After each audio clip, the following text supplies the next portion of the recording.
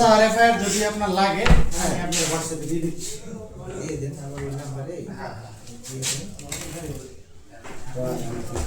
দিয়ে দেন।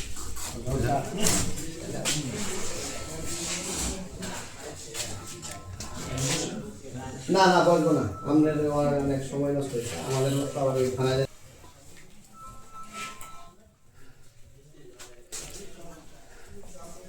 আচ্ছা দেখেন ভাই, ও তো সরকারি চাকরি করে, আমার একটা বিনীত অনুরোধ হলো হ্যাঁ। যেহেতু সে সরকারি চাকরি করে।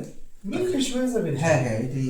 আর ও দেখলাম যে 15-10 সে যথারীতি মানে অফিস করছে, সে ডিউটি করছে 15-10 যে কেসটা আমাদের দেশে সে 2টা থেকে 10টা পর্যন্ত সে ডিউটি করছে যথারীতি।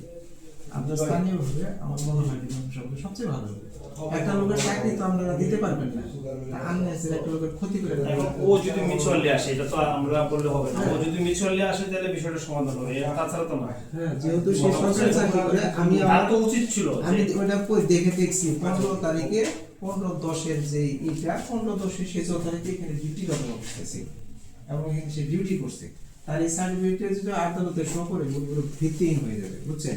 আমি এই সেন্সে বলি যে স্থানীয়ভাবে মীমাংসা করে আপনারা করলে সবচেয়ে বেশি ভালো হবে। ইনশাআল্লাহ হয়ে যাবে। হ্যাঁ সে